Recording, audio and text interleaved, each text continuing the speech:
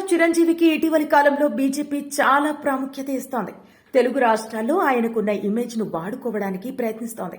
త్వరలో లోక్సభ ఎన్నికలతో పాటు ఏపీ అసెంబ్లీ ఎన్నికలు జరగనున్న నేపథ్యంలో బీజేపీ అధిష్టానం చిరంజీవిని ముందు పెట్టి రాజకీయాలు చేసేందుకు ప్లాన్ చేస్తోంది.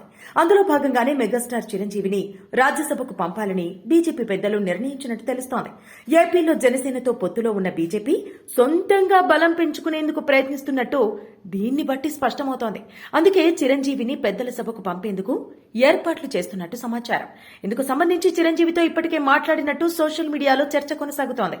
ఒకవేళ చిరంజీవిని రాజ్యసభకు పంపాలంటే ఎక్కడి నుంచి ఎన్నుకుంటారు అనే చర్చ కూడా కొనసాగుతోంది. బీజేపీకి యూపీ నుంచి దాదాపు 10 రాజ్యసభ స్థానాలు గెలుచుకునే అవకాశం ఉంది. రాజ్యసభ ఎన్నికలకు సంబంధించి ఇప్పటికే షెడ్యూల్ కూడా వచ్చింది. త్వరలో నోటిఫికేషన్ కూడా రానుంది.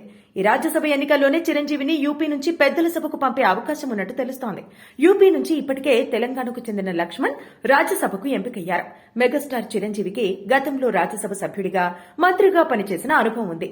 ఆయన యూపీఏ 2లో పర్యాటక శాఖ మంత్రిగా పనిచేశారు. చిరంజీవి 2014 నుంచి రాజకీయాలకు దూరంగా ఉంటూ సినిమాలపై ఫోకస్ పెట్టారు. తాజాగా చిరంజీవికి పద్మవిభూషణ్ అవార్డు కూడా వచ్చింది. ఈ నేపథ్యంలో ఆయన మరోసారి రాజకీయాల్లోకి అడుగు పెడతారా లేదా అనేది ఒక పెద్ద ప్రశ్నగా మారింది.